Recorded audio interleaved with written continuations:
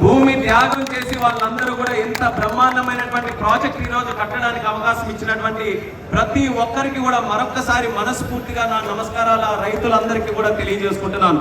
మీ తాలూకా త్యాగాన్ని వృధా చేయకుండా ఈ రోజు ఈ భోగాపురం ఏదైతే విజయనగరంలో ఒక ప్రాంతంగా ఉండిందో అదే భోగాపురం ఈ రోజు వరల్డ్ క్లాస్ లో ఒక సిటీగా తయారు చేయడానికి బీజం పడిందని కూడా ఈ సందర్భంగా తెలియజేసుకుంటున్నాను. ఒక్క కారణం మీరందరూ కూడా గుర్తుపెట్టుకోవాలి. ఒకటి, ఆ రోజు చంద్రబాబు నాయుడు గారి విజన్తోనే హైదరాబాద్ లో శంషాబాద్ ఎయిర్పోర్ట్ నిర్మించినప్పుడు ఇదే రకంగా ఏమీ లేనటువంటి ఒక ప్రాంతంలో ఎయిర్పోర్ట్ నిర్మిస్తే అసలు హైదరాబాద్ కి ఎంత పెద్ద ఎయిర్పోర్ట్ అవసరమా అని ఆ రోజు చాలా మంది నమ్మారు.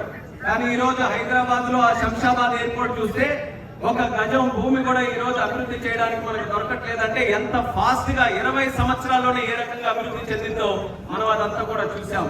అదే పరిస్థితి ఈ రోజు భోగాపురంలో కూడా ఏర్పడుతుంది. దీని తాలూకా బెనిఫిట్ ఎవరైనా పొందగలుగుతున్నారనంటే మన ప్రాంత వాసులు, ఈ చుట్టుపక్కల ఉన్నటువంటి రైతులు.